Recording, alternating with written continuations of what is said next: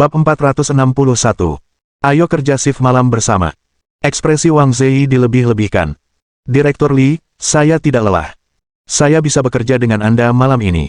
Tidak apa-apa. Ini hanya shift malam. Bukan masalah besar, kata Li Chuhan, itu tetap dihitung sebagai kehadiranmu. Direktur Li, ini bukan soal kehadiran. Saya benar-benar tidak lelah, kata Wang Zei sambil menegakkan punggungnya. Waktu kalian pergi main, aku tidur di sini lama banget cuma buat persiapan shift malam. Lupakan aja kalau kita berdua bakal kerja, kalau aku sendirian pun nggak apa-apa. Direktur Li, jangan khawatir. Direktur Li, bagaimana kalau kita lakukan ini? Anda sudah lama bermain di luar, jadi mungkin Anda lelah. Karena Direktur Wang bisa menanganinya sendiri, Anda sebaiknya kembali dan beristirahat, kata Kiao Xin. Ini akan berhasil. Departemen ini memang tidak sibuk beberapa hari terakhir.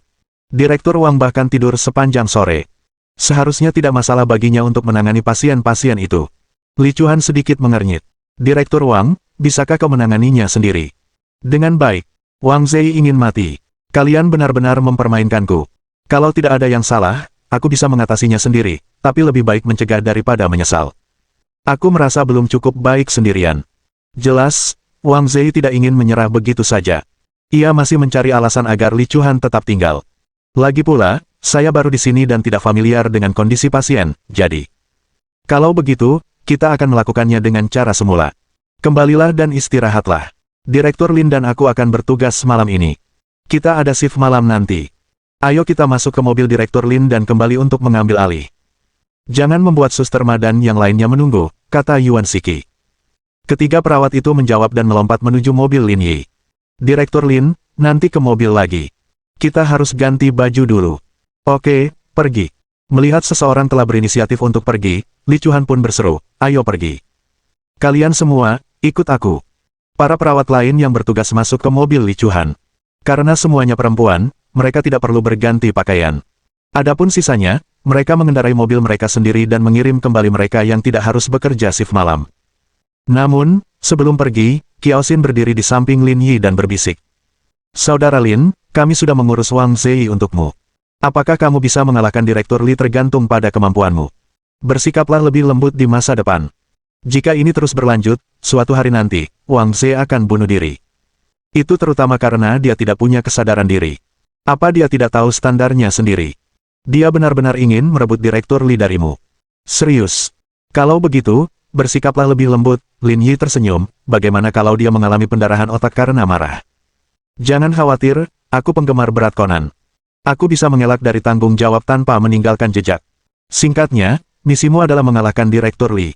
Kami akan membantumu menyelesaikan sisanya. Baiklah, kata Lin Yi. Saya akan membelikanmu beberapa pisang impor besok. Tidak, saya lebih suka makan yang buatan lokal karena rasanya manis. Beberapa menit kemudian, semua orang pergi satu demi satu, meninggalkan Wang Zei yang berdiri terpaku di tempatnya. Kenapa hanya aku yang tersisa? Setelah berkendara kembali ke rumah sakit, para perawat yang bertugas malam pergi bersama-sama, meninggalkan Lin Yi dan Li Chuhan sendirian. Direktur Lin, tidakkah menurutmu cuaca malam ini agak dingin? Tanya perawat muda di kejauhan. Dingin, kata Lin Yi, kurasa kalian butuh sesuatu, kan? Shift malam itu berat. Andai saja aku punya Starbucks. Baiklah, tunggu saja. Aku akan memesan makan malam untukmu nanti. Hehe, Direktur Lin, jalanan licin kalau malam. Jalan sama Direktur Li, nanti kalau jatuh, nggak enak. Ayo. Semua orang bertugas, kata Li Chuhan dengan malu dan mengusir semua perawat yang mengolok-oloknya. Mari kita kembali dan melihat bagaimana keadaan pasien. Oke, Lin Yi mengangguk. Mereka berdua kembali ke departemen dan melakukan serah terima dengan Zheng Binjiang. Kemudian, mereka pergi memeriksa pasien. Setelah memastikan pasien baik-baik saja, mereka kembali ke departemen untuk beristirahat. Sementara itu, Lin Yi memesan kopi dan makanan penutup untuk makan malam. Bos, semuanya baik-baik saja. Kenapa kau memintaku kembali? Tanya Lin Yi. Aku agak membenci Wang Zei, jadi aku memintamu untuk kembali bersamaku. Lalu bagaimana dengan shift malam nanti? Lin Yi berkata, menurut jadwal di departemen kami, sepertinya kamu akan bekerja shift malam dengan Wang Zei. Kita lihat saja nanti, kata Li Chuhan, meskipun aku tidak menyukainya, itu bukan masalah besar bagiku. Kamu sudah jadi direktur departemen. Ubah saja jadwalnya. Kita bisa bertugas bersama di masa mendatang. Bisakah aku? Tanya Li Chuhan. Mengapa tidak? Baiklah, Kalau begitu aku akan mengubahnya. Nanti, kita berdua akan bertugas malam bersama. Sudah diputuskan. Tidak lama kemudian, kopi dan makanan penutup yang dipesan Lin Yi tiba. Tuan Lin, kami di sini untuk makan malam, kata para perawat. Tunggu, kamu boleh makan malam, tapi apakah kamu tahu apa yang harus dilakukan malam ini? Aku tahu. Kami akan bertanggung jawab untuk kunjungan bangsal. Selama pasien belum meninggal, kami akan menunda semua perawatan sampai besok pagi. Ini untuk memastikan tidak mengganggu istirahat semua orang. Bagi mereka yang tidak suka tidur dan lebih suka berkeliaran di koridor pada malam hari, aku akan memaksa mereka makan pil tidur. Aku juga punya penyumbat telinga di sini. Aku akan memberikan sepasang penyumbat telinga untuk setiap perawat shift malam. Aku janji akan setuli orang tuli malam ini. Sekeras apapun kau dan Direktur Lee berteriak, kami tidak akan bisa mendengarmu. Lumayan. Pantas saja kalian bisa bergabung dengan rumah sakit Huasan sebagai perawat. Sepertinya kalian semua orang yang luar biasa, kata Lin Yi. Tentu saja. Meskipun ketajaman bisnis kita kurang bagus, kemampuan kita membaca ekspresi orang lain tidak buruk. Ayo dan ambil makan malam dan kopimu. Setelah menerima barang-barang mereka, para perawat muda itu tidak tinggal lama di departemen itu dan pergi satu demi satu. Apa yang baru saja kau katakan? Li Chuan berkata, kita harus berhati-hati di malam hari. Kita tidak bisa. Apa ini? Li Chuan berhenti di tengah kalimat karena dia melihat makanan yang diberikan Lin Yi padanya berbeda dengan makanan yang diberikannya kepada orang lain. Kamu tidak suka kue osmanthus. Aku sudah memesannya untukmu. Terima kasih. Li Chuan menerimanya dengan malu, dan detak jantungnya tiba-tiba menjadi lebih cepat. Kita semua berada di pihak yang sama. Tak perlu berbasa-basi. Sambil memegang kue osmanthus yang dibelikan Lin Yi untuknya, Li Chuan merasa bingung. Kamu, kalau capek, tidur saja. Aku bisa jaga ini sendirian. Sudah jam berapa? Lin Yi melambaikan tangannya. Kamu di sini saja, aku akan ke pos perawat untuk bermain dengan mereka. Lin Yi. Tepat saat Lin Yi hendak mendorong pintu dan pergi, Li Chuan memanggilnya dari belakang. Ada apa? Ada yang lain. Saat menyelam, kamu tidak melihat apapun, kan? Bab 462. Direktur Zeng dan Direktur Zeng. Lin Yi tidak menyangka Li Chuan akan menanyakan pertanyaan ini. Sudah lama sekali sejak saat itu. Apakah dia benar-benar peduli? Di bawah air gelap gulita. Kalaupun aku mau melihat, aku tak bisa melihat apapun. Oh, baiklah. Pergilah sekarang. Kalau begitu aku pergi. Setelah Lin Yi pergi, Li Chuan menemukan tesis medis yang telah ia simpan sebelumnya. Ia ingin membacanya untuk mengisi waktu. Setelah membaca satu baris, tubuhnya membeku di kursi. Meskipun agak gelap di bawah air, ada lampu di peralatan selam. Saat memikirkan hal ini, Li Chuan entah kenapa menjadi gugup, tetapi dia terlalu malu untuk bertanya lebih jauh. Sambil mengerucutkan bibirnya, dia diam-diam mengambil kue osmanthus di sampingnya dan melihat tesis medis di komputer. Pada pukul 1 pagi, ketika Li Chuan kembali ke ruang tamu, dia mendapati Lin Yi sedang tidur nyenyak di ranjang susun paling atas. Dia mengeluarkan selimut dari lemari dan menutupinya sebelum berbaring. Keesokan paginya, ketika Direktur Wang tiba di kantor, ia kebetulan melihat mereka berdua keluar dari ruang tunggu. Suasananya agak canggung. Saudara Lin, Direktur Lee, kenapa kalian berdua baru bangun sekarang? Tanya Kiao Xin. Aku main-main sampai larut kemarin. Untungnya, tidak ada yang mengganggu istirahatku, jadi aku bisa tidur sampai sekarang. Hehe, tidak apa-apa asalkan kamu dan Direktur Lee bersenang-senang. Baiklah, pergi kerja. Aku pulang dulu. Lin Yi dan Li Chuan berganti pakaian dan meninggalkan rumah sakit. Apakah kamu akan sarapan? Lin Yi bertanya dengan santai ketika mereka keluar dari lift. Apakah kamu akan makan? Kiao Xin bilang Li Si Buns di pintu masuk enak banget. Aku mau cobain. Kalau begitu, ayo kita pergi bersama. Ayo pergi. Cincin. Mereka berdua baru saja keluar dari lift ketika ponsel Lin Yi berdering. Ternyata Zhao Qi. Kepala sekolah Zhao, mengapa Anda mencari saya? Lin Yi memikirkannya. Sudah lama sejak dia meninggalkan sekolah, dan dia sudah lama tidak menelepon Zhao Qi. Dia mungkin menelepon kali ini untuk sesuatu. Tidak ada yang serius. Saya hanya ingin bertanya kepada Guru Lin, apa kesibukan Anda akhir-akhir ini? Apakah Anda punya waktu untuk mampir ke sekolah? Saya membuatkan teh yang enak. Anda bisa membawanya pulang dan mencobanya. Zhao Qi adalah orang yang cerdas. Bahkan jika ada yang ingin ia katakan, ia tidak akan mengatakannya secara langsung. Setelah bertahun-tahun bekerja di Departemen Administrasi, ia ahli dalam formalitas. Baiklah, aku akan ke sana kapanpun kamu ada waktu. Lin Yi menduga Zhao Qi pasti punya sesuatu untuk dibicarakan. Dia tidak bisa tidak menghormatinya. Besok sore, ya. Apakah itu waktu yang tepat untukmu? Baiklah, aku akan datang ke tempatmu setelah makan siang besok. Jangan makan sendiri. Aku akan menyiapkan makanan untukmu di sini. Kita bisa ngobrol. Kita semua keluarga. Tak perlu sungkan-sungkan. Aku akan mencarimu besok sore. Kalau begitu, semuanya beres. Sampai jumpa besok. Setelah mengobrol sebentar, Lin Yi menutup telepon. Li Chuan bertanya dengan lembut, apakah kamu ada acara besok sore? Lin Yi mengangguk. Ada yang mengajakku minum teh sore tadi. Apa semuanya baik-baik saja di rumah sakit? Tidak apa-apa. Operasinya hanya akan dilakukan lusa. Kalau ada yang harus kamu lakukan, silakan saja. Aku bisa mengurus semuanya di sini. Oke. Mereka berdua berjalan keluar berdampingan. Tepat saat mereka keluar pintu, mereka mendengar seseorang berteriak. Gadis besar, gadis besar. Lin Yi baik-baik saja, tetapi dia memperhatikan bahwa Li Chuan tertegun. Dia berbalik dan melihat 3 orang berpakaian sederhana berlari ke arahnya. 2 di antaranya sudah tua, dan satu lagi seorang pemuda berusia 30-an. Penampilannya unik dan aksennya kental. Ia tampak seperti berasal dari kota lain. Paman Wei, kenapa kamu ada di sini? Melihat Li Chuan menyapa mereka bertiga, Lin Yi mengerti apa yang sedang terjadi. Ini bisa jadi kerabat dari kampung halamannya. Saya kesini mau ketemu dokter, jadi saya kesini untuk mencari Anda. Saya nggak ngangka ketemu Anda di depan pintu, kata pria parubaya itu santai. Pria parubaya itu bernama Wei Ersu. Orang-orang yang berdiri di sampingnya adalah istrinya, Lu Ronghua, dan putranya, Wei Daqiang. Nak, ku dengar kau baik-baik saja di rumah sakit. Seharusnya kau punya banyak suara di rumah sakit, kan, kata Lu Ronghua. Li Chuan menyisir rambutnya. Saya kenal baik dengan para direktur di rumah sakit. Penyakit apa yang ingin Anda periksa? Saya akan merekomendasikan dokter yang tepat untuk Anda. Tidak perlu, tidak perlu. Kita bisa memintamu melakukannya, kata Lu Ronghua. Paman Wei mu bilang jantungnya tidak enak badan beberapa hari terakhir ini, dan tekanan darahnya agak tinggi. Aku dengar dari ayahmu kalau kamu dokter spesialis jantung, jadi aku ingin kamu memeriksanya. Oh ya, kamu direktur atau wakil direktur sekarang? Direktur, jawab Li Chuan. Baguslah. Wei Erzu menepuk pahanya. Kami khawatir ketika datang ke sini. Kami takut kamu cuma wakil direktur. Sekarang, kemari dan obati aku. Lin Yi mengerutkan kening. Apa yang dia bicarakan? Wakil direktur tidak memenuhi syarat untuk merawat Anda. Lagi pula, meskipun Anda kerabat Li Chuan, Anda harus menjalani prosedur yang relevan untuk menemui dokter. Mengapa Anda memperlakukan rumah sakit seperti rumah Anda sendiri? Saya bekerja shift malam kemarin, jadi saya akan mengambil cuti. Saya akan merekomendasikan wakil direktur departemen kami kepada Anda. Dia cukup ahli di bidangnya, dan dia sama berpengalamannya dengan saya.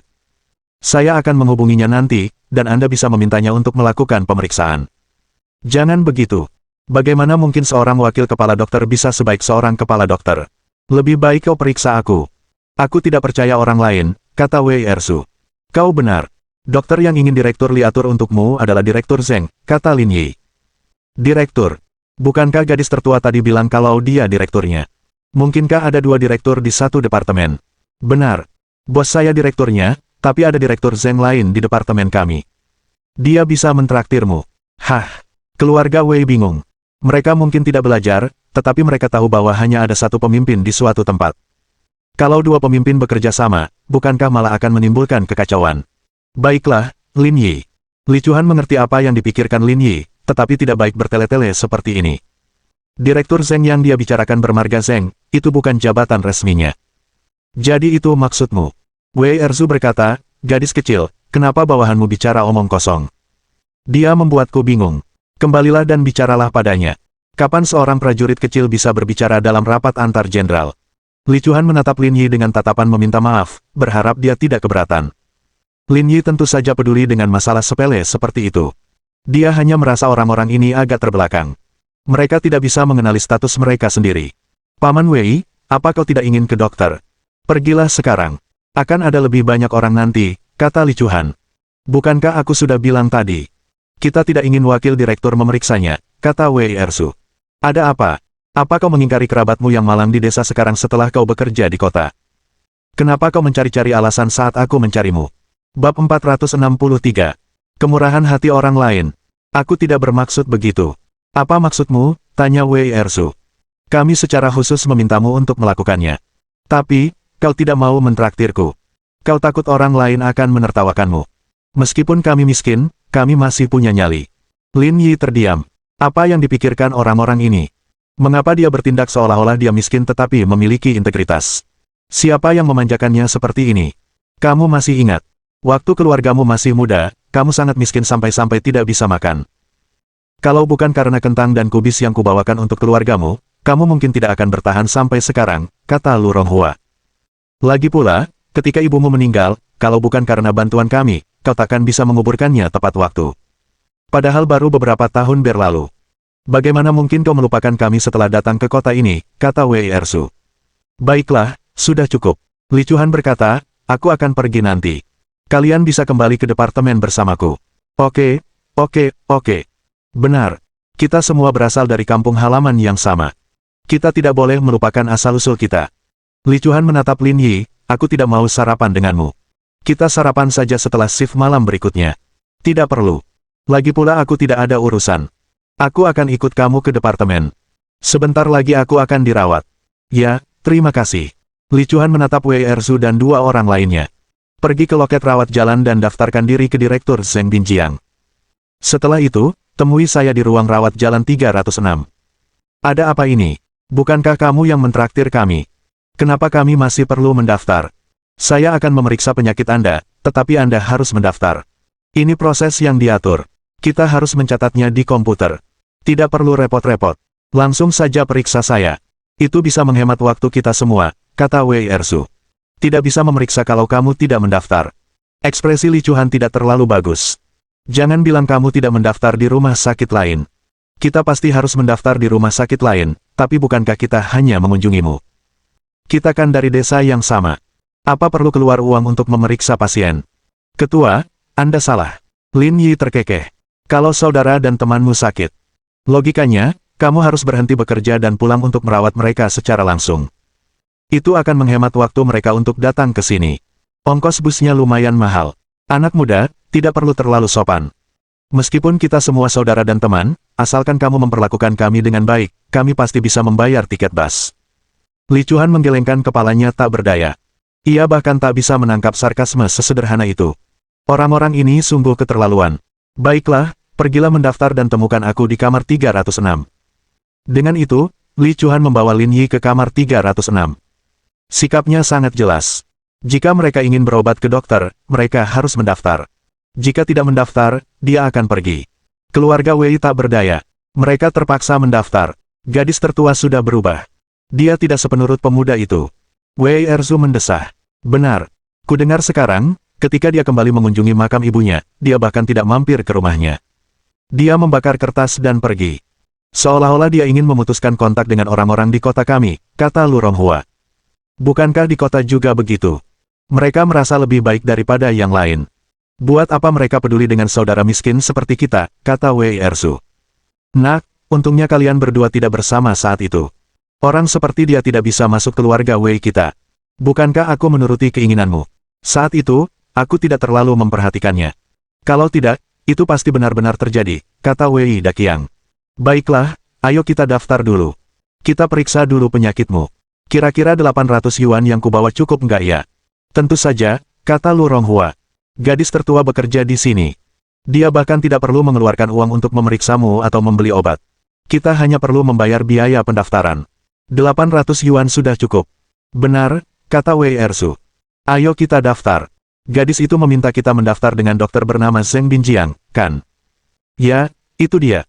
Wei Daqiang mengambil kartu identitas Wei Ersu dan mengantri lebih dari 10 menit sebelum tiba di loket. Direktur Zheng dari Departemen Bedah Kardiovaskular. 84 tunai, WeChat atau Alipay. Hah, 84. Wei Daqiang tercengang. Kenapa biaya pendaftaranmu mahal sekali? Rumah sakit di daerah kita hanya mengenakan biaya 11 yuan untuk pendaftaran. Kasir itu menatap Wei Daqiang dengan dingin. Lalu kembali ke negaramu berikutnya. Tidak. Kami akan membayarnya. Melihat kasir wanita berwajah dingin, Wei Daqiang tidak berani mengatakan apapun lagi dan dengan patuh menyerahkan 100 yuan. Kenapa biaya pendaftaran Direktur Zheng ini begitu mahal? Wei Ersu kesal. Saya hanya punya total 800 yuan, dan biaya pendaftarannya saja 84 yuan. Apa gadis ini tidak menipu saya? Dia memberi saya dokter yang semahal itu. Ayah, jangan bicara lagi. Dia sudah berubah, kata Wei Daqiang. Dari 84 yuan, setidaknya 60 yuan adalah komisinya. Kalau tidak, bagaimana dia bisa menghasilkan uang? Bagaimana anak ini bisa menjadi seperti ini? Dia bahkan menipu uang teman dekatnya. Siapa yang akan datang berobat kepadanya nanti? Baiklah, jangan bahas ini sekarang. Kita sudah membayarnya. Kita tidak punya pilihan selain melanjutkan, kata Lu Ronghua. Kami di sini untuk bertemu seorang kenalan. Meskipun secara tidak langsung kami bisa menghemat banyak uang, kami harus membiarkan mereka mendapatkan uang. Kamu benar, kata Wei Ersu. Namun, aku harus menyampaikan ini padanya dan memberitahu dia apa yang terjadi. Jangan perlakukan kami seperti orang bodoh. Benar, kami tidak akan melanjutkan masalah ini, tapi kami tetap harus membicarakannya. Ayah, ayo pergi. Kita ke dokter dulu. Kesehatan ayah lebih penting. Ayo pergi. Kurasa itu kamar 306. Ayo kita ke sana sekarang. Di ruang konsultasi, Li Chuan berganti jas putih. Lin Yi duduk di samping tanpa melakukan apapun, menunggu keluarga Wei masuk. Maafkan aku karena telah mempermalukan diriku sendiri, kata Li Chuan. Wajar saja. Siapa sih yang mau hal-hal seperti itu, kata Lin Yi, wajar saja punya beberapa kerabat dan teman yang aneh. Kami hanya tetangga. Kami bukan saudara. Itu lebih baik lagi. Kita akan pergi begitu selesai. Lakukan saja pemeriksaan simbolis, kata Lin Yi. Orang-orang seperti mereka pandai menguji keberuntungan. Semakin Anda mengakomodasi mereka, semakin mereka menguji keberuntungan. Mari kita tangani mereka dulu. Jelaslah bahwa Li Chuan tidak begitu menyukai keluarga Wei. Ini ruang konsultasi Direktur Li. Beliau tidak menerima pasien hari ini. Saat keduanya berbicara, mereka mendengar suara-suara datang dari luar. Aku melihatnya tumbuh dewasa. Kami saling kenal. Dia menungguku di dalam. Jadi begitulah adanya. Apakah kamu di sini juga untuk menemui dokter? Wei Erzu menatap wanita parubaya bergaun itu dan bertanya. Hati saya agak tidak nyaman. Saya ingin mendaftar dengan Direktur Li, tetapi penyakit saya tidak bisa ditunda. Direktur Li sedang tidak ada, jadi saya hanya bisa mendaftar dengan orang lain. Ini masalah kecil. Jangan khawatir, kata Wei Erzu. Nanti kalau aku masuk, aku akan bantu kamu menyapa dan minta dia mengobatimu. Aku masih sanggup melakukan ini. Bab 464. Haruskah aku memberimu etanasia untuk dimakan sekarang? Benarkah? Tanya wanita parubaya bergaun itu. Tapi apakah pantas karena Direktur Li tidak menerima pasien hari ini? Kalian memang tidak bisa membuat janji temu, tapi aku melihatnya tumbuh dewasa. Kata-kataku punya pengaruh. Wei Erzu berkata, tunggu di sini. Aku akan membantumu mengaturnya. Ayo, terima kasih banyak. Tidak perlu terlalu sopan. Ini hanya masalah kecil. Mendengar percakapan mereka, orang-orang yang berdiri di pintu klinik lain berjalan mendekati Wei Erzu. Tuan, kami juga ingin bertemu Direktur Li, tapi kami tidak dapat tempat hari ini. Bisakah Tuan memikirkan cara agar Direktur Li mau mentraktir kami? Wei Erzu menegakkan punggungnya saat melihat orang-orang di kota itu semuanya berpakaian rapi dan menatapnya untuk meminta bantuan. Tidak masalah. Asal aku masuk dan bicara sebentar, aku bisa membuatkan kalian semua janji temu. Tapi, semua orang harus antre. Satu persatu. Tidak masalah. Ayo, ayo, ayo. Ayo kita berbaris sekarang. Setelah guru ini selesai memeriksa, giliran kita. Berkat kata-katanya, warga kota ini pun patuh mengantre. Wei Erzu merasa sangat puas. Meskipun dia berasal dari pedesaan dan tidak punya banyak uang, orang-orang ini patuh mendengarkannya. Saat memikirkan hal ini, keluarga Wei menegakkan punggung mereka dan berjalan ke ruang konsultasi Li Chuan. Namun, ekspresi Li Chuan bahkan lebih buruk dari sebelumnya. Dia telah mendengar semua yang terjadi di luar pintu tadi. Mereka melakukan ini dan telah menyebabkan kekacauan. Lin Yi benar. Orang-orang ini terlalu serakah. Melihat Li Chuan, ekspresi Wei Erzu masih sangat tegas, seolah-olah dia ingin mengatakan sesuatu kepada Li Chuan. Nona, biaya pendaftaran dokter yang kamu rekomendasikan terlalu mahal. Dia bahkan meminta 84 yuan. Di rumah sakit daerah, biaya pendaftaran direktur rumah sakit hanya 11 yuan. Biaya saya 146, menurutmu, mana yang tepat? Wei Erzu berhenti bicara dan tampak sedikit malu. Kalau begitu, 84 yuan jauh lebih cocok. Baiklah, biarkan dokter memeriksamu dulu. Kita bicarakan sisanya nanti, kata Lu Ronghua. Ya. Kita lakukan ini dulu. Wei Erzu duduk di kursi dan meregangkan pergelangan tangannya. Gadis, tolong lihat. Saya dokter barat, bukan dokter tradisional Tiongkok. Anda tidak perlu memeriksa denyut nadi, kata Li Chuan. Mari kita bicarakan kondisi Anda dulu. Bagian mana yang Anda rasa tidak enak badan? Apa reaksi Anda? Hatiku terasa tidak nyaman. Terkadang, tangan dan leherku juga terasa sakit. Rasanya sungguh tidak nyaman. Li Chuan mengambil kartu konsultasi dan memindainya di komputer sambil berkata, gejala ini agak mirip angina akut. Mari kita ke lantai 4 untuk elektrokardiogram dan USG jantung dulu. Saya akan melihat perkembangannya, lalu menyusun rencana perawatan selanjutnya. Setelah mengatakan itu, Li Chuan mendorong kartu konsultasi kembali dan bersiap untuk membiarkan mereka pergi memeriksakan diri. Gadis, bolehkah aku membawa ini ke dokter? Silakan. Saat ini tidak banyak orang di sekitar, jadi kamu akan segera mendapatkan hasilnya. Apakah aku tidak perlu menyebutkan namamu? Li Chuan sedikit mengernyit. Akhirnya, ia tetap menulis catatan. Bawa ini. Mereka akan memeriksamu dengan teliti. Li Chuan setuju karena nama Zheng Binji yang tertulis di kartu konsultasi. Oke. Aku akan ke sana sekarang. Mereka bertiga mendorong pintu hingga terbuka dan mendengar Wei Erzu berkata, semuanya, tunggu sebentar. Perawatanku akan segera selesai. Aku akan mempersilakan kalian masuk setelah selesai. Baiklah, tidak perlu terburu-buru, kata orang-orang dalam antrian itu dengan penuh rasa terima kasih. Beberapa menit kemudian, keluarga Wei bergegas kembali. Nak, ada apa ini? Kita sedang dalam perjalanan untuk melakukan elektrokardiogram. Kenapa dokter itu masih meminta faktur? Lagi pula, dia bilang aku belum bayar dan mereka tidak akan melakukannya untukku. Lin Yi dan Li Chuan tercengang. Kalau kamu nggak bayar, kamu tentu nggak akan bisa melakukannya. Jelas, kan? Bagaimana mungkin dia menanyakan pertanyaan bodoh seperti itu? Kalau kamu tidak membayar, tentu saja mereka tidak akan mengambil hasil pemindaiannya. Peralatan rumah sakit juga tidak gratis, kata Li Chuan. Tapi bukankah Anda direktur rumah sakit ini? Anda bahkan menulis surat khusus untuk saya. Apa saya benar-benar harus mengeluarkan uang untuk berobat ke dokter? Tanya Wei Erzu dengan nada datar. Saya juga sudah tanya-tanya.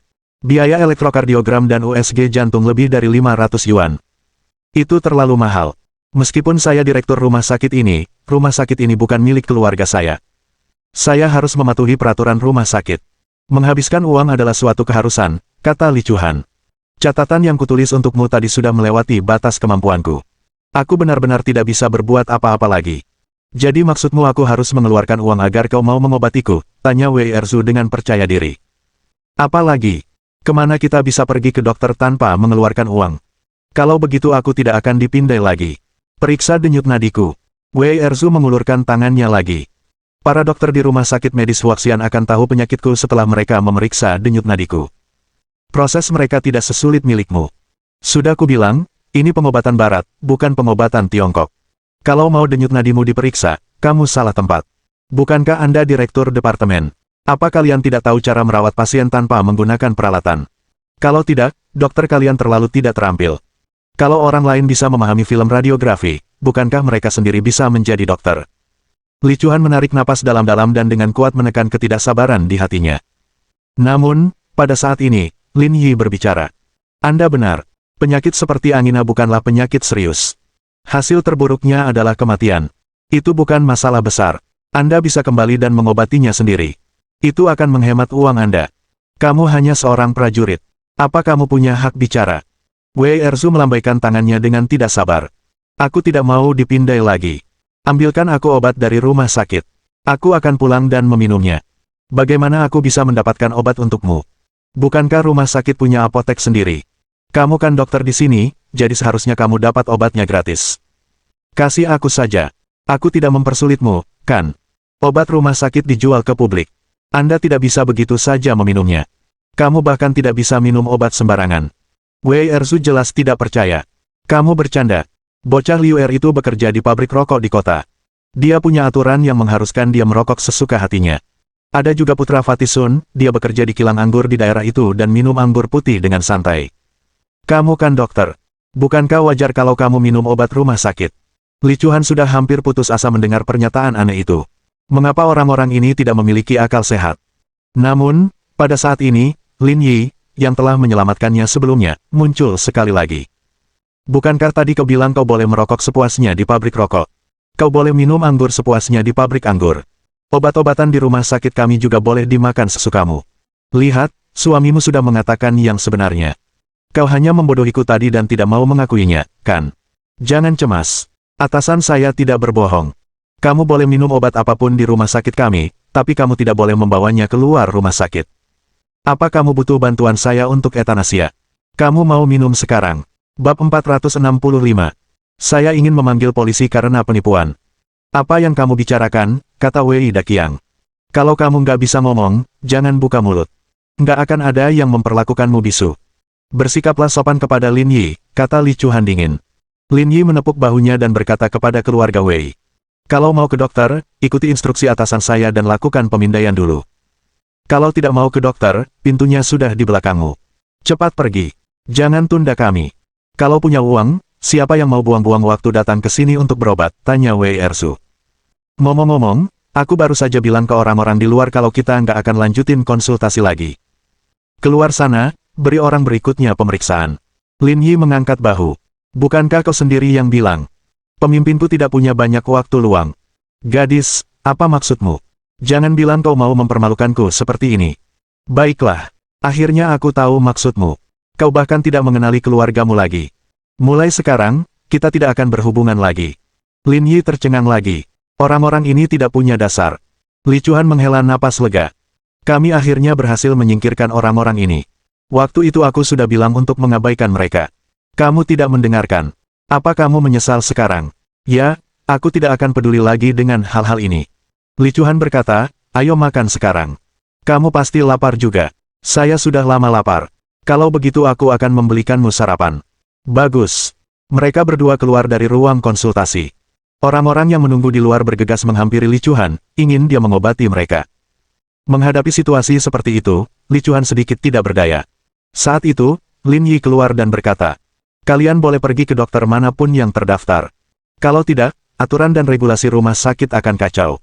Kalau Direktur Li dipecat, kalian semua tidak akan terpikir untuk dirawat olehnya lagi. Mendengar ini, orang banyak itu bubar dan mengangguk setuju. Mereka menyetujui Li Chuhan dan tentu saja tidak ingin dia dipecat. Setelah terbebas dari masalah, mereka berdua berjalan menuju tempat parkir.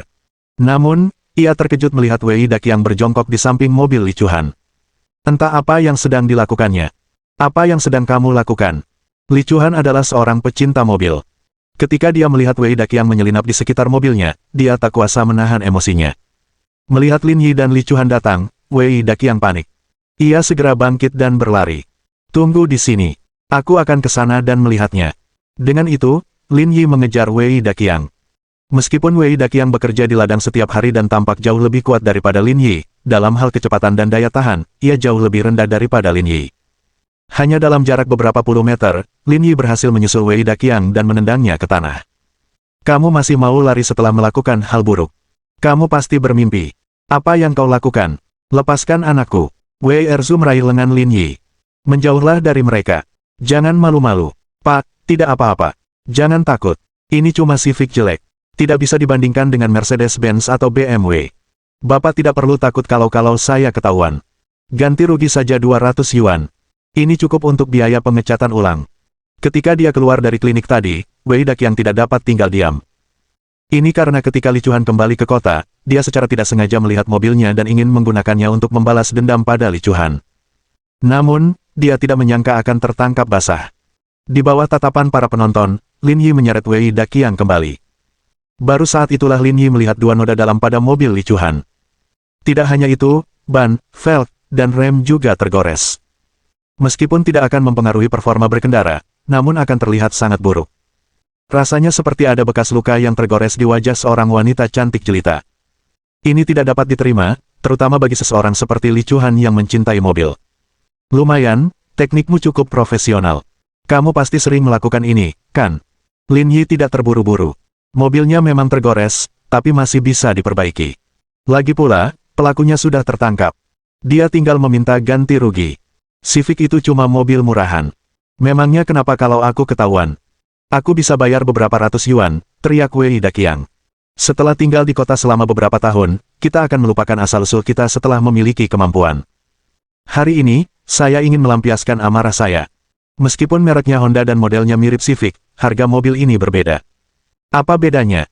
Jangan bilang itu model baru tahun ini. Sekalipun model baru, tetap saja Civic-nya jelek, kata Wei Daqiang. Pada saat ini, Wei Erzu mengeluarkan 500 yuan dari sakunya dan menempelkannya di kap mobil. Ini uangmu. Ambil. Haha. Perkataan Wei Daqiang yang tidak tahu apa-apa mengundang ejekan dari para penonton, dan dia pun tercengang. Apa yang lucu? Anak muda, itu bukan Civic biasa. Namanya Civic TP-nya R. Harganya 800.000 yuan di Tiongkok, kata seorang pria parubaya. Terlebih lagi, mobil ini menggunakan kaliper dan hub rem Mercedes-Benz AMG. Satu set harganya 39.000 yuan. 4 set hub dan kaliper saja sudah cukup untuk menyamai harga Civic standar. Dia tercengang. Mendengar ini, kepala keluarga Wei berdengung. Kalau begitu, mobil ini bernilai 1 juta yuan. Lin Yi melirik Li Chuhan, berapa biaya perbaikan mobilnya? Setidaknya 100.000, jawab Li Chuhan jujur. Sudah kubilang. Biaya perbaikannya setidaknya 100.000 yuan. Tunai atau kartu kredit.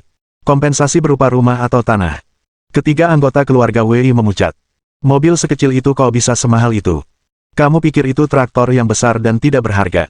Kamu bohong. Orang itu pasti disewa olehmu. Kita bahkan tidak mengenalnya. Apa maksudmu? Kalian semua berpura-pura di sini. Aku akan menelepon polisi. Kalian menipuku, teriak Wei Erzu. Baiklah, kalau begitu kamu bisa telepon polisi. Aku akan berusaha sekuat tenaga hari ini dan bermain denganmu sampai akhir. Wei Erzu memegang ponselnya dan berkata dengan marah, Nak, jangan takut, mereka hanya menggertak. Aku akan menelepon polisi sekarang, kalau polisi datang, mereka pasti akan memberi kita keadilan. Aku sama sekali tidak takut. Itu cuma Civic yang jelek. Kau masih mau pakai itu untuk membodohiku, kata Wei Daqiang dengan nada meremehkan. Kenapa kamu tidak tanya-tanya saja? Tidak ada mobil di negara ini yang tidak aku kenal. Jangan kira kamu bisa membodohiku seperti ini. Ya. Kamu hebat, kami takut. Cepat panggil polisi. Lin Yi menahan tawanya. Jangan khawatir, ayahku sedang menelepon. Polisi akan memberitahu kita harganya. Bukan kamu yang menentukan harganya. Lumayan. Kamu bahkan tahu cara menentukan kerusakannya. Sungguh mengesankan. Pada saat yang sama, Wei Erzu menelepon polisi. Halo, saya butuh beberapa polisi untuk dikirim. Ada yang mencoba menipu saya. Bab 466. Ketidakseimbangan antara IQ dan EQ. Kami tidak sengaja menggores mobil seseorang. Mobil itu harganya cuma sedikit lebih dari 100.000 yuan, tapi mereka malah meminta kami membayar 100.000 yuan. Ini terlalu cepat dan keterlaluan. Kami parkir di rumah sakit Huasan. Oke. Kami tunggu di sini. Kami tidak akan menyentuh apapun di TKP. Setelah menutup telepon, Wei Erzu berteriak. Berdiri lebih jauh. Polisi bilang untuk melindungi tempat kejadian. Baiklah. Aku akan melindunginya jika kau bilang begitu. Lin Yi tidak tahu harus tertawa atau menangis saat dia berdiri di samping. Seperti kata pepatah lama, ketika situasi mencapai titik ekstrim, keadaan tersebut pasti akan berbalik. Kalau dipikir-pikir sekarang, memang demikianlah kenyataannya. Mereka semua sangat bodoh hingga menggemaskan. Karena kantor polisi dekat dengan rumah sakit Huasan, polisi diberangkatkan dalam waktu kurang dari 10 menit. Pada saat yang sama, seorang petugas polisi lalu lintas yang bertugas di dekat lokasi kejadian dipindahkan. Mereka adalah para ahli. Melihat polisi datang, Wei Erzu menghampiri mereka dan berteriak. Pak polisi, Anda harus menegakkan keadilan bagi kami rakyat jelata. Jangan khawatir. Coba saya lihat mobilnya, kata polisi lalu lintas. Ini pertama kalinya saya melihat seseorang meminta 100.000 yuan untuk sebuah Civic. Ini terlalu mahal. Ya. Putraku tidak melakukannya dengan sengaja, kata Wei Erzu. Saya bilang awalnya mau ganti rugi 500 yuan, tapi mereka minta 100.000 yuan. Jelas mereka sedang menindas saya. Baiklah, jangan khawatir. Aku akan memeriksa kerusakannya sekarang dan memberimu keadilan. Para anggota keluarga Wei merasa puas dan bahkan memandang Li Chuhan dan Lin Yi dengan arogan. Begini, kau mengorbankan perang demi pertempuran. Kau sudah tinggal di kota ini selama bertahun-tahun tanpa hasil. Ya, kau benar. Lin Yi tersenyum. Polisi lalu lintas berjalan mendekat dan melihat Civic Type R milik Li Chuhan. Penjepit cakram AMG. Pelek AMG. Knalpot Ferrari yang dimodifikasi dan ekor karbon. Modifikasi ini akan menelan biaya sedikitnya 300.000 yuan. Polisi lalu lintas terdiam. Apa-apaan ini? Orang-orang idiot ini. Pak polisi, seperti yang Anda lihat, ini cuma Civic. Beraninya mereka meminta 100.000 yuan. Ini keterlaluan, kata Wei Erzu. Kamu profesional. Ayo kita tetapkan harga sekarang. Kami pasti akan memberi kompensasi seperti yang kamu katakan. Kami masih sanggup membayar sejumlah kecil uang ini. Karena sikapmu tulus, semuanya akan jauh lebih mudah, kata polisi lalu lintas itu. Kerusakan mobil tersebut berjumlah sekitar 120.000 hingga 140.000 yuan. Mengingat situasi Anda harus memberikan kompensasi sebesar 120.000 yuan kepada mereka. 120.000 yuan. Keluarga Wei tercengang. Pak polisi, ini kan cuma Civic. Kenapa kita harus bayar mahal? Banyak sekali orang di tempat kejadian. Apa tidak ada yang memberitahu Anda kalau ini Civic Type R impor? Tanya polisi lalu lintas tanpa berkata-kata. Mobil beserta modifikasinya akan menelan biaya sekitar 1,1 juta yuan. Berdasarkan kerusakan standar, biaya perbaikannya setidaknya 120.000 yuan. Tentu saja tidak berlebihan jika mereka meminta ganti rugi 100.000 yuan. Mendengar jawaban ini, keluarga Wei gemetar seolah-olah langit runtuh. 100.000 yuan bukanlah jumlah yang kecil. Mereka harus menghabiskan seluruh tabungan mereka untuk membelinya. Saya rasa 100.000 yuan tidak cukup. Lihat goresan di mobilnya. Jelas sekali putra Anda melakukannya dengan sengaja. Anda harus bertanggung jawab secara hukum atas perilaku ini, kata polisi lalu lintas. Bagus sekali. Polisi datang karenamu. Kamu yang bertugas meyakinkan mereka, tapi sekarang mereka yang bertugas membawamu pergi. Ini sempurna, kata Lin Yi. Dua petugas polisi mencengkeram lengan Wei Daqiang dan memborgol pergelangan tangannya. Ikutlah dengan kami. Jangan tangkap aku. Kumohon jangan tangkap aku. Wei Daqiang meronta. Kita sudah saling kenal. Izinkan aku memohon ampun. Bos, ayo kita sarapan. Kalau kita menunggu lebih lama lagi, kita tidak akan bisa sampai tepat waktu. Lin Yi tidak memberi Li Chuan kesempatan berbicara dan menariknya pergi. Dia yakin polisi akan menangani masalah ini dengan baik sehingga dia tidak memberi Li Chuan kesempatan untuk bersikap lunak. Apakah itu ide yang buruk? Setelah meninggalkan kerumunan, Li Chuan menyisir rambutnya dan berkata, dia tidak pernah berpikir untuk membiarkan polisi menangkapnya. Yang harus dia lakukan hanyalah membayar uangnya. Orang-orang ini seperti ulat. Mereka tidak menggigit dan hanya membuat orang lain jijik. Kalau tidak diremas sampai mati, mereka bisa melompat keluar dan membuatmu jijik kapan saja. Aku acuh tak acuh. Lakukan saja sesukamu, kata Li Chuan sambil mengangguk. Kamu nggak perlu khawatir soal mobilnya. Nanti kasih kuncinya. Nanti aku suruh orang lain bawa mobilnya kalau ada waktu. Aku akan bantu kamu perbaiki dan modifikasi kalau bisa. Aku jamin mobilnya bakal lebih bagus dari sebelumnya. Nggak akan ada bekas kerusakan. Ini kuncinya. Datanglah ke rumahku malam ini. Kamu bisa pilih mobil lain untuk dikendarai. Itu terlalu merepotkan. Aku akan naik taksi saja ke sini setiap hari. Mobilku lebih cepat dari Type R-mu, kamu tidak mau mencobanya. Li Chuan mengerutkan bibirnya dan berkata dengan malu, ya. Itu sudah menyelesaikan masalahnya. Tapi aku cuma bisa nyetir mobil yang tampilannya biasa aja. Mobilmu bakal terlalu bagus. Nanti terlalu mencolok di kantor.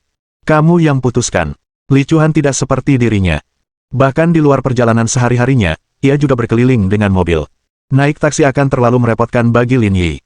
Setelah membicarakan mobil, mereka berdua pergi ke Lisis Bun Shop untuk makan bao. Sekembalinya mereka dari sarapan, mereka mendapati tempat parkir kembali sepi. Mobil Li Chuan masih terparkir di sana, dan Lin Yi tidak berencana memindahkannya. Ia pun meminta Zhou Botao mengirim seseorang untuk memperbaikinya. Setelah itu, dia kembali ke pavilion Jiushu. Li Chuan memandang ke dalam dengan rasa ingin tahu sejenak. Namun, reaksinya tidak berlebihan seperti orang lain. Ia menekan emosinya dan mencernanya perlahan. Mata Li Chuan berbinar saat melihat mobil Lin Yi. Garasi Lin Yi sungguh menakjubkan. Mobil-mobil ini terlalu mewah. Kenapa kamu tidak ambil Likan saja? Warnanya merah semua. Cocok banget buat kamu. Li Chuan merenung sejenak. Saya ingin mencoba Koenigsegg RS, boleh? Kenapa tidak? Kamu bisa pilih yang mana saja, kata Lin Yi, tapi Likan lebih mahal. Tapi garis keturunan Koenigsegg lebih murni. Belum lagi, mesin dan suspensinya lebih baik. Lin Yi tiba-tiba merasa seperti seorang amatir. Mengapa dia selalu dihancurkan oleh Li Chuan dalam segala aspek? Kamu bisa mengendarai apapun yang kamu mau. Lin Yi membawa Li Chuan ke dalam rumah, mengambil kunci mobil Koenigsegg RS, lalu menyerahkannya padanya. Rumahmu agak berantakan. Biar aku bantu bereskan, kata Li Chuan. Tidak, aku tidak mengundangmu ke sini untuk membersihkan rumahku. Jangan khawatir. Lin Yi telah banyak membantunya, dan Li Chuan ingin berterima kasih padanya. Namun, karena IQ dan EQ-nya tidak seimbang, dia tidak dapat memikirkan cara lain untuk membalas Lin Yi. Dia hanya bisa menggunakan metode yang tampaknya kikuk ini. Cincin. Saat itu, ponsel Li Chuan berdering. Nomornya tidak dikenal. Li Chuan tidak terlalu memikirkannya dan mengambilnya. Kemungkinan besar itu adalah salah satu pasiennya. Apa yang kau lakukan? Dia hanya menggores mobilmu, tapi kau malah meminta kakak kedua Wei untuk membayar 100.000 yuan. Bagaimana aku bisa tinggal di kota ini nanti? Bab 467. Seorang wanita terlihat baik untuk dirinya sendiri. Meskipun speakerphone tidak menyala, namun suara gemuruh di telepon lebih keras daripada volume speakerphone normal. Lin Yi yang berada tidak jauh darinya pun mendengarnya dengan jelas. Mendengar suara gemuruh di telepon, suara Li Chuan menjadi sedikit gelisah. Setelah mengetahui siapa pihak lain itu, ekspresi dan suaranya menjadi dingin. Apa yang sedang kamu lakukan? Ada sesuatu yang tidak ingin dia sampaikan pada Lin Yi.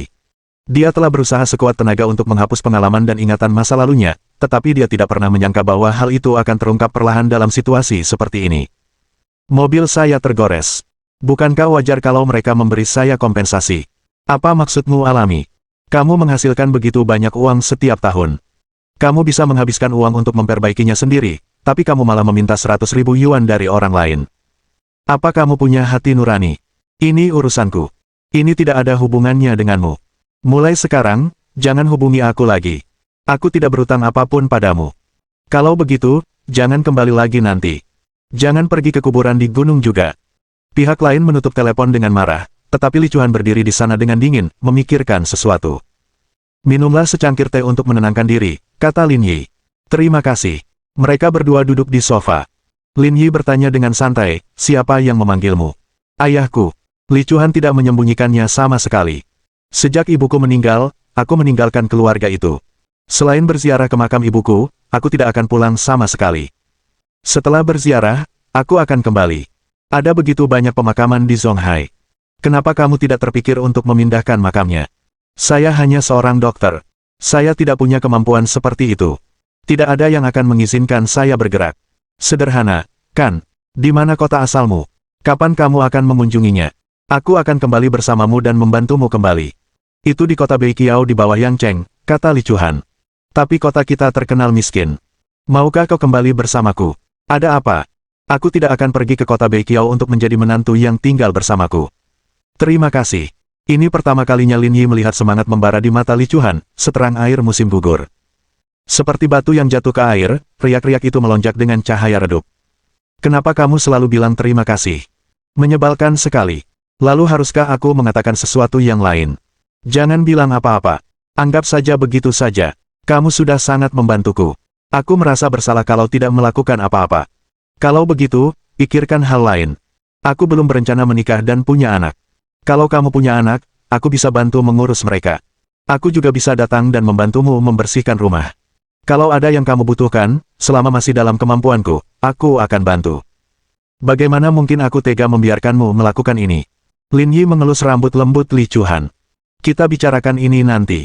Siang harinya, mereka berdua makan di paviliun Jiushu sebelum Li Chuan pulang. Keesokan paginya, Lin Yi pergi bekerja seperti biasa. Begitu dia tiba di departemen itu, dia mendengar Qiao Xin berseru.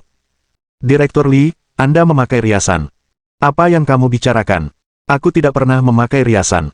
Tentu saja, kata Qiao Xin. Warna lip gloss ini sepertinya dari Givenchy. Meskipun agak samar, aku masih bisa melihatnya. Lin Yi menatap Li Chuan, dan dia memang memakai sedikit riasan. Qiao Xin memang luar biasa. Seperti yang diharapkan dari seorang penggemar lama Conan, dia sangat jeli. Saudari Xin, berhenti bicara. Kalau kau mempermalukan Direktur Li, dia pasti akan mencari alasan untuk mengusirmu, kata Yuan Shiki. Hehe, kalau begitu aku tidak akan bicara lagi. Seorang wanita akan berdandan cantik untuk kekasihnya. Sepertinya insiden simpul kupu-kupu itu berdampak besar padanya, karena sebelumnya, Direktur Li tidak pernah memakai riasan. Berhenti, berhenti, berhenti. Ayo kita berhenti bicara. Kalau tidak, kita akan benar-benar diusir. Li Chuan memasang wajah muram dan berkata, kehadiran kalian berdua bulan ini adalah D. Qiao Xin dan Yuan Shiki ingin menangis. Saudara Lin, tolong bantu kami memohon keringanan. Jika kehadirannya dinilai D, kami tidak akan bisa makan sendiri bulan ini, kata Qiao Xin. Dia sudah memberimu nilai D, jadi tentu saja aku tidak bisa mengubahnya, kata Lin Yi, hitung berapa banyak uang yang akan kau lewatkan. Aku akan menggantinya saat kita menerima gaji. Itu hanya beberapa ribu dolar. Sudah cukup, kenapa kamu masih menebus selisihnya, kata Li Chuan, aku akan mengembalikannya Kak. Cek, cek, cek.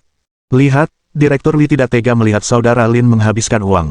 Xin, itu bukan masalah bagi orang-orang berstatus rendah seperti kami. Hehe. Aku tidak melakukan ini untuk kepentinganku sendiri, kata Qiao Xin. Sayang sekali. Aku tidak akan bisa makan pisang yang diberikan kakak Lin lagi nanti. Jangan coba-coba, kata Yuan Shiki. Mulai sekarang, pisang-pisang saudara Lin hanya boleh diberikan kepada Direktur Li. Lin Yi tanpa sadar melirik Li Chuhan. Sebelumnya, dia tidak menyadari bahwa bibir tipisnya tampak lebih baik setelah menggunakan lip gloss. Li Chuhan juga melihat ke arah Lin Yi dan berpikir dalam hati, apakah kamu benar-benar ingin menyuapi aku sendiri? Karena tidak ingin mendengarkan omong kosong Kiao Xin, Li Chuhan keluar untuk melakukan pemeriksaan ronde keperawatan. Setelah pemeran utama wanita pergi, semua orang di departemen mulai melakukan urusan mereka sendiri. Cincin. Ponsel Lin Yi berdering saat itu. Ia pikir Zhao Qi yang menelepon untuk mengingatkannya minum teh sore ini. Tanpa diduga, ternyata itu nomor yang tidak dikenal. Lin Yi terdiam sejenak, tidak menyangka Miao Guofeng akan meneleponnya. Bisakah saya membantu Anda? Saya ada urusan. Saya ingin bicara dengan Anda, Pak. Apakah Bapak bisa datang ke kantor saya? Gelar kehormatan ini membuat Lin Yi tercengang. Bahkan Li Chuhan pun tidak pernah menggunakan istilah seperti itu. Sebagai seorang sutradara yang bermartabat dan jujur, bukankah dia terlalu sopan?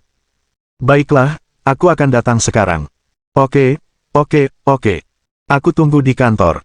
Setelah menutup telepon, Lin Yi memasukkan tangannya ke dalam saku dan berjalan ke kantor Miao Guofeng. Departemen itu terdiam. Wang Zei telah melihat semua yang baru saja terjadi.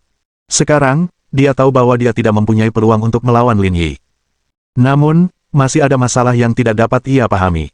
Lin Yi sudah sangat kaya, jadi mengapa dia masih datang ke rumah sakit untuk menjadi dokter? Mungkinkah ini benar-benar seperti drama idola di mana anak-anak orang kaya mengejar impian mereka? Bukankah itu agak konyol? Wang Zei memutar-mutar penanya dengan marah. Ia tahu ia berada dalam posisi yang tidak menguntungkan, tetapi masih ada secercah harapan. Dia akan menggunakan koneksi keluarganya untuk menghubungi pimpinan rumah sakit dan membuat mereka memecat Lin Yi. Dengan cara ini, dia akan ditempatkan pada posisi yang kuat. Memikirkan hal ini, Wang Zei berdiri dan berjalan menuju kantor Duan Yongchun. Ayahnya memberinya posisi direktur di sini karena koneksinya. Sekarang Zhao Jianwei telah tertangkap, inilah saat yang tepat untuk berbicara kepadanya tentang hal itu. Ketika dia tiba di kantor Duan Yongchun, Wang Zei mendorong pintu hingga terbuka dan masuk. Menyadari tidak ada seorang pun di kantor, dia menoleh ke kantor administrasi dan bertanya. Apakah kamu tahu kemana Direktur Duan pergi? Saya pikir Direktur Duan pergi ke kantor Direktur Miao. Bab 468. Ada yang salah dengan Lin Yi. Lin Yi mendorong pintu hingga terbuka dan memasuki kantor Miao Guofeng. Aroma teh yang kuat tercium dari dalam. Ini pertama kalinya Lin Yi ke sini. Kantor Miao Guofeng sangat besar, hampir 2 kali lipat ukuran departemen kardiologi. Dekorasinya juga cukup elegan dan bergaya bangunan kolonial tua. Namun, yang mengejutkan Lin Yi adalah selain Miao Guofeng, Duan Yongchun juga hadir. Dr. Lin, Anda di sini. Ayo, duduk. Saya sudah menyeduh tehnya. Direktur Miao, saya hanya seorang wakil direktur. Perilaku Anda saat ini membuat saya tidak nyaman. Sampai saat ini, Lin Yi masih linglung dan tidak tahu apa yang terjadi. Namun, jelas ada yang salah dengan situasi ini. Jelas ada sesuatu yang terjadi, dan itu bukan hal kecil. Tidak perlu merasa tidak nyaman. Ini bukan masalah serius. Kami hanya mengobrol. Ya. Kami hanya mengobrol, Duan Yongchun setuju sambil tersenyum. Kalau kalian berdua ada yang mau ngomong, bilang aja. Nggak perlu kayak gini. Miao Guofeng menyapanya dengan senyuman. Lin Yi masih bisa memikirkan beberapa trik. Namun, perilaku Duan Yongchun membuatnya bingung. Ini karena dia telah mempermalukan Yang Guangxia selama operasi. Secara logika, dia seharusnya membenci Yang Guangxia. Miao Guofeng dan Duan Yongchun saling berpandangan. Lalu, Duan Yongchun berkata, Miao tua, katakan saja. Miao Guofeng mengangguk dan menatap Lin Yi. Direktur Lin, Anda seharusnya sudah tahu tentang penyelidikan itu sekarang, kan? Aku tahu sedikit tentang itu, kata Lin Yi. Dia tahu kenapa Miao Guofeng ingin bertemu dengannya. Kamu menginginkan bantuanku. Keduanya saling berpandangan. Pada titik ini, tak ada yang perlu disembunyikan. Direktur Lin, tolong berbuat baik dan bantu kami sekali ini saja. Miao Guofeng berkata, kami jamin masalah ini tidak seburuk yang Anda bayangkan. Sebenarnya tidak ada apa-apanya. Aku tidak tahu harus berbuat apa terhadap kalian berdua. Lin Yi mengatakan yang sebenarnya. Dia tahu betul posisinya. Dia hanya seorang pengusaha dan tidak ingin terlibat dalam masalah ini. Oleh karena itu, hal ini membuat segalanya menjadi sulit baginya. Kita tidak punya pilihan lain, Miao Guofeng mendesah. Bagaimana kalau begini? Aku akan berusaha sebaik mungkin agar kalian berdua bisa menikmati masa tua kalian. Namun, jika situasinya terlalu serius, aku tidak akan bisa membantu kalian. Benarkah? Terima kasih, Direktur Lin. Mereka berdua akan segera pensiun. Apakah mereka bisa terus bekerja atau tidak, sudah tidak penting lagi bagi mereka. Segalanya akan baik-baik saja asalkan mereka tidak ketahuan. Jangan berterima kasih padaku. Kamu sendiri yang urus. Dengan itu, Lin Yi berbalik dan pergi, tidak berencana untuk terlibat dalam masalah ini lagi. Adapun apa yang akan terjadi pada mereka berdua, dia tidak bisa menjamin apapun. Begitu Lin Yi pergi, Wang Zei menaiki tangga dan mengetuk pintu kantor Miao Guofeng. Di kantor, ketika mereka mendengar seseorang mengetuk pintu, Miao Guofeng dan Duan Yongchun berdiri dan segera merapikan pakaian mereka, tidak ingin orang lain melihat perilaku abnormal mereka. Mereka tahu bahwa orang di pintu itu tidak mungkin Lin Yi, karena Lin Yi tidak punya kebiasaan mengetuk. Mereka berdua duduk di sofa dan berkata dengan tenang. Berderak. Pintu didorong terbuka dan Wang Zei masuk. Direktur Miao, Direktur Duan, Wang Zei menyapa sambil tersenyum. Direktur Wang ada di sini, kata Duan Yongchun dengan tenang. Ayah Wang Zei adalah wakil direktur Badan Narkotika Maritim Pusat. Dengan statusnya saat itu, Miao Guofeng dan Duan Yongchun seharusnya tersenyum saat melihatnya. Akan tetapi, saat ini ayahnya bahkan tidak bisa melindungi dirinya sendiri, jadi tidak perlu repot-repot dengannya. Paman Miao, Paman Duan, tidak banyak yang terjadi di departemen kami, jadi aku datang untuk menemui kalian, kata Wang Zei sambil tersenyum. Teh ini rasanya enak sekali. Seharusnya dah Hong Pao, kan? Ayahku masih punya. Aku akan mengirimkannya nanti kalau ada waktu. Tidak, tidak perlu. Duan Yongchun buru-buru menolak. Wang kecil, kalau ada yang ingin kau katakan, katakan saja. Aku dan Direktur Miao ada urusan lain. Melihat mereka berdua tengah mendiskusikan sesuatu, Wang Zei tidak ingin membuang waktu mereka dan memilih langsung ke intinya. Paman Duan, ada sesuatu yang ingin aku bicarakan denganmu dan Direktur Miao. Apa itu? Ini tentang wakil direktur sementara departemen saya, Lin Yi. Saya pikir ada masalah besar dengan keterampilan dan karakternya, kata Wang Zei. Saya harap kedua direktur dapat menangani masalah ini dengan serius. Akan lebih baik jika kalian bisa mengusir kami dari rumah sakit Huasan dan menyingkirkan pengaruh jahat ini. Bab 469. Departemen Kardiologi Beracun. Anda mengklaim bahwa Lin Yi menerima suap secara pribadi. Benar sekali, kata Wang Zei, perilaku seperti ini sungguh memalukan rumah sakit Huasan. Mohon selidiki. Pada titik ini, Wang Zei tersenyum percaya diri. Dengan hubungan mereka dengan ayahnya, mereka seharusnya tahu apa yang harus dilakukan sekarang setelah dia mengatakan begitu banyak hal. Lagi pula, mereka belum tahu identitas Lin Yi, dan mereka hanya mengira dia direktur bedah biasa. Pasti mudah untuk mengusirnya.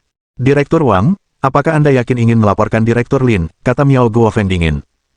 Mereka semua tahu seperti apa Lin Yi, belum lagi hubungan dekatnya dengan Liang Ruoxu. Dia tidak mau repot-repot mengambil uang ini karena dia adalah bos Zonghai International Ratchet.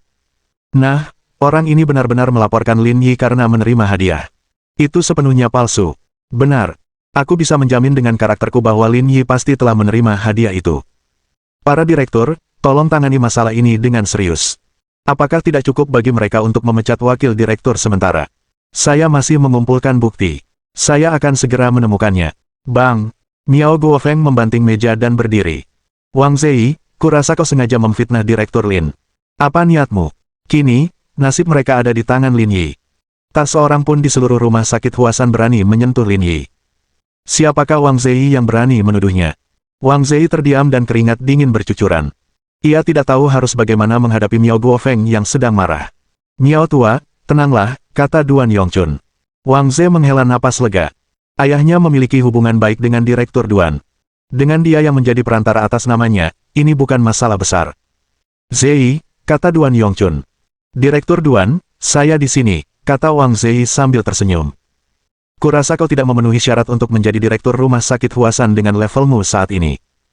Kemasi barang-barangmu dan pergilah. Mata Wang Zei tampak sayu, seperti sedang berhalusinasi. Direktur Duan memiliki hubungan baik dengan ayahnya.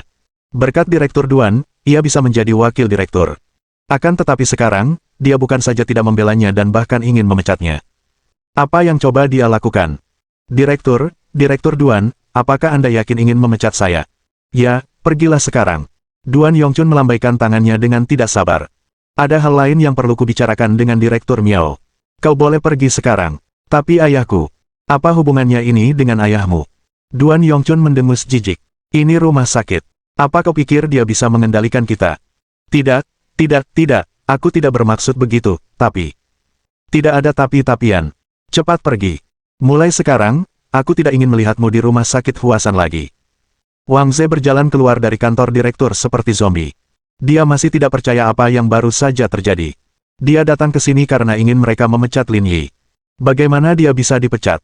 Mengapa mereka melindungi Lin Yi? Apakah dia tahu identitas Lin Yi yang sebenarnya? Wang Ze tidak berani memikirkannya lagi. Mungkin memang ada kemungkinan seperti itu. Memikirkan hal ini, Wang Ze ingin menamparkan dirinya sendiri. Jika dia tahu lebih awal, dia tidak akan pergi mencari Duan Yongchun. Dia kembali ke departemen dengan linglung. Wang Ze masih memikirkan alasan untuk menjelaskan pengunduran dirinya dari departemen. Ini terlalu memalukan. Dia harus memikirkan alasan yang lebih bermartabat. Namun, setelah berpikir cukup lama, dia tidak dapat menemukan alasan yang tepat. Di departemen, Lin Yi dan Li Chuhan sedang duduk bersama mendiskusikan kasus tersebut. Wang Ze merasa semakin sedih. Ia merasa hampir mati sebelum ambisinya terwujud. Direktur Wang, saya dengar Anda dipecat. Saat Wang Ze merasa kesal, Qiao Xin masuk dan berkata. Begitu kata-kata ini terucap, bisa dikatakan telah menimbulkan kehebohan besar. Semua orang di departemen itu menatap Wang Ze serempak. Berita ini terlalu tiba-tiba. Bagaimana mungkin semuanya berakhir seperti ini? Qiao kecil, apa yang kamu bicarakan, kata Li Chuhan. Kalau ada yang dipecat, dia, sang direktur, pasti orang pertama yang tahu. Bagaimana mungkin dia bisa tahu beritanya sebelum dia? Saya baru saja pergi ke HRD untuk membantu saudara Lin dengan prosedurnya. Saya dengar ini dari Direktur Chen. Orang-orang di departemen itu berhenti bicara. Berita itu sudah sampai ke Departemen Sumber Daya Manusia, jadi tidak mungkin salah. Dengan baik, ekspresi Wang Ze tampak canggung. Ia berdiri dan menjelaskan, kamu salah dengar. Aku tidak dipecat. Jangan ngomong sembarangan. Saya mendengar Direktur Chen mengatakannya. Sebenarnya, saya mengundurkan diri atas kemauan saya sendiri. Saya sedang bersiap untuk melanjutkan studi di Meiguo, kata Wang Ze sambil tersenyum. Teman-temanku akan menjemputku nanti. Aku ingin menunggu mereka datang sebelum berangkat, jadi aku tidak langsung memberitahumu. Aku tidak menyangka kamu akan menceritakannya. Aku mengerti. Selamat. Tentu saja. Apa lagi yang bisa kulakukan? Apa kau benar-benar berpikir aku dipecat? Wang Ze menghela napas lega. Untungnya, ia cukup cerdas dan memikirkan alasan. Dengan begitu, ia bisa pergi dengan tenang dan tidak takut dengan apa yang akan dikatakan orang lain. Pada saat ini, dua petugas polisi berseragam masuk dari luar dan menatap Wang Ze. Kamu Wang Ze, kan? Apakah nama ayahmu Wang Yansing? Semua orang di departemen terkejut melihat kedua petugas polisi itu. Wang Ze pun sama. Semuanya baik-baik saja. Kenapa polisi ada di sini? Polisi, mengapa kalian mencari saya? Ayahmu, Wang Yansing, menghadapi tuduhan korupsi dan penyuapan yang serius. Kami harus membawamu kembali untuk membantu penyelidikan. Ikutlah dengan kami. Dengan baik. Kedua petugas polisi itu tidak memberi Wang Ze kesempatan untuk berbicara. Mereka memborgolnya dan membawanya keluar dari kantor polisi. Rangkaian kejadian ini membuat orang-orang di departemen sedikit bingung. Ada apa ini? Bukankah Direktur Wang bilang dia akan pergi ke Meiguo untuk melanjutkan studinya? Dia bahkan bilang akan dijemput temannya. Kenapa akhirnya dia malah dibawa polisi? Ini seru sekali. Lin Yi dapat menebak secara kasar apa yang telah terjadi. Liang Ruoxu telah bergerak, dan Zhong Hai adalah target utamanya. Selain itu, ketika ia sebelumnya bernegosiasi dengan Fitzer, ayahnya, Wang Yansing, juga menjadi salah satu negosiator. Ia pasti akan menerima hadiah. Sekarang setelah dia mulai bergerak, sudah seharusnya dia memberi contoh kepada ayahnya. Kamu mungkin salah dengar, kata Lin Yi. Dia tidak bicara tentang studi lanjutan. Dia bicara tentang reformasi. Itulah sebabnya polisi yang menangkapnya. Harus saya akui, semua ini benar-benar terjadi. Direktur Lin, sudah berapa lama? Salah satu direktur departemen dan 3 wakil direktur departemen kardiologi telah ditangkap. Departemen kardiologi beracun, kata Yuan Siki. Bab 470. Penghalang antara mimpi. Mengerti, Direktur Li. Masalah seputar Wang Ze dengan cepat mereda. Setelah itu, orang-orang di departemen tidak terlalu memperhatikannya lagi. Mereka tampaknya telah menerimanya. Mau makan apa untuk makan siang? Aku pesan, bisik Li Chuhan saat hari hampir siang. Lin Yi melihat arlojinya. Saya ada urusan di sore hari, jadi saya tidak akan makan di departemen. Saya mungkin tidak akan datang sore ini. Silakan. Aku akan mengawasi semuanya. Setelah berpamitan, Lin Yi berganti pakaian dan pergi. Ia berkendara ke Lingyun Group untuk menanyakan tentang perusahaan tersebut. 20 menit lagi, kita akan berkumpul di restoran Sexuan di sebelah kantor. Kalian berdua bisa memesan kamar pribadi untuk kami. Lin Yi menelepon He Yuan setelah meninggalkan rumah sakit. Tepat saat ia menutup telepon, Ponsel Lin Yi berdering lagi. Ternyata Sugar. Apakah kamu datang ke sekolah sore ini? Bagaimana kamu tahu hal itu? Saya dengar dari kepala sekolah Zhao, kata Sugar. Saya kurang sehat pagi ini. Bisakah Anda menjemput saya dalam perjalanan ke sana? Kamu punya mobil sendiri. Mobil saya tertabrak, sedang diperbaiki di bengkel 4S. Baiklah, beri aku alamatmu. Aku akan menjemputmu nanti. Kata Sugar. Kamu ada waktu untuk main. Kamu harus membayarku untuk bermain. Setelah menutup telepon, Lin Yi melaju ke restoran Sichuan yang sering dikunjunginya. Begitu dia membuka pintu kamar pribadi itu, dia mencium aroma cabai.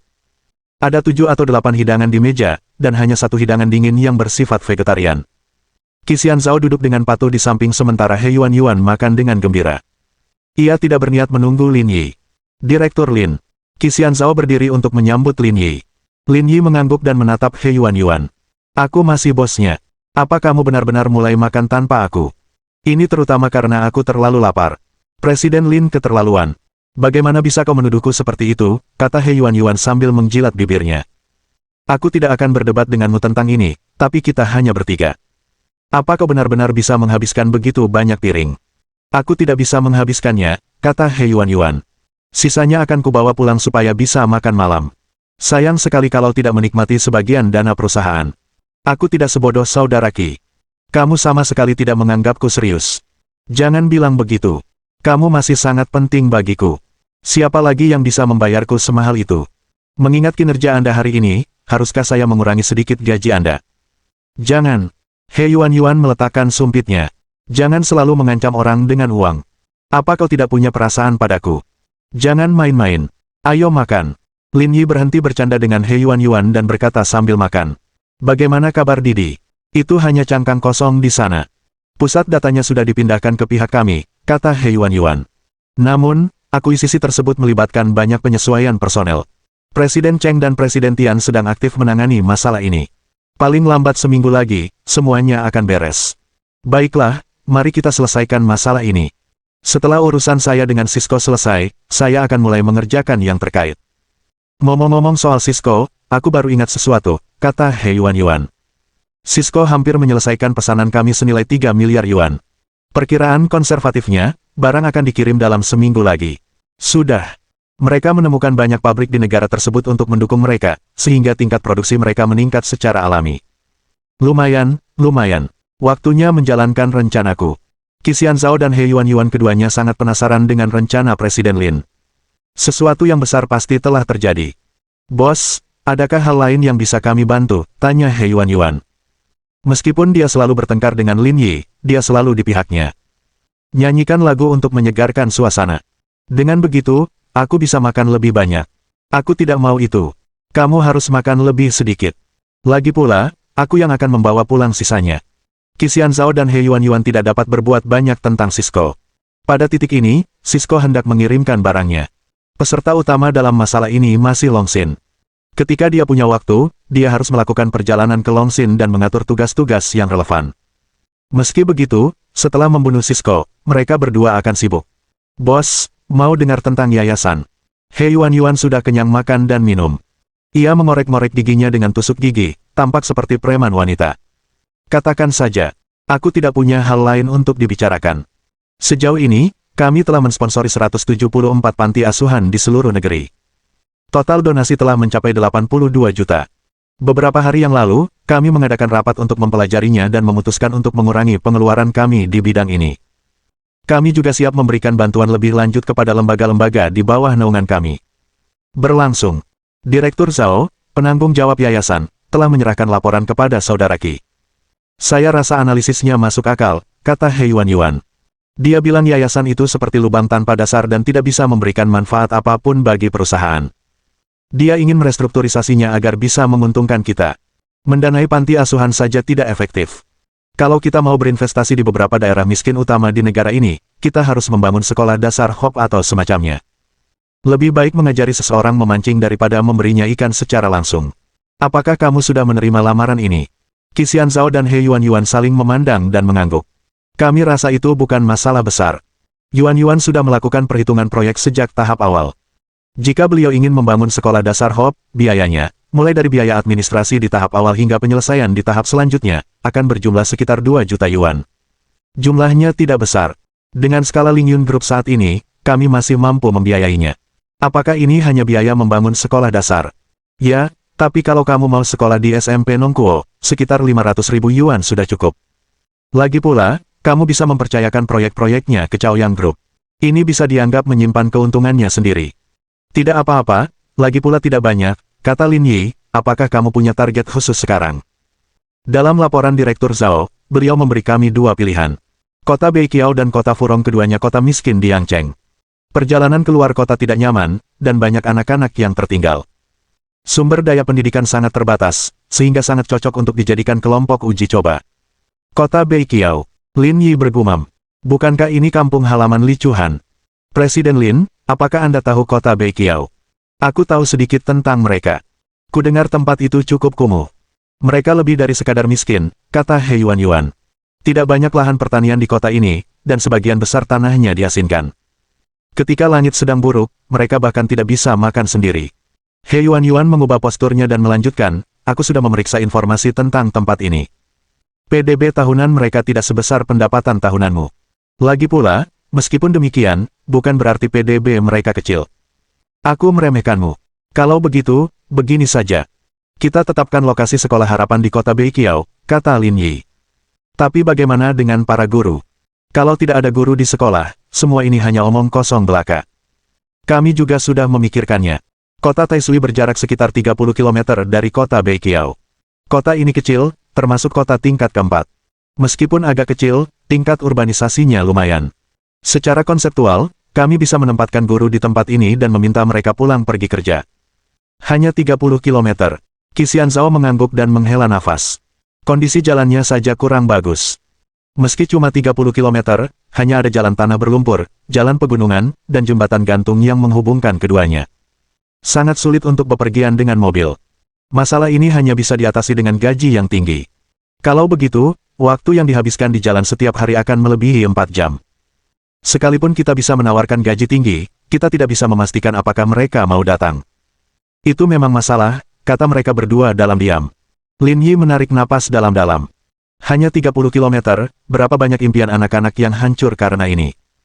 Mohon dukungan dari omom ante-ante sekalian, buat subscribe atau sharekan novel Mimin ke Facebook kalian, agar channel Mimin bisa terus berkembang. Dengan begitu, Mimin bisa lebih semangat untuk up novel seru lain ke depannya. Buat teman-teman yang sudah subscribe dan sharekan novel Mimin, Mimin ucapkan terima kasih sebanyak-banyaknya.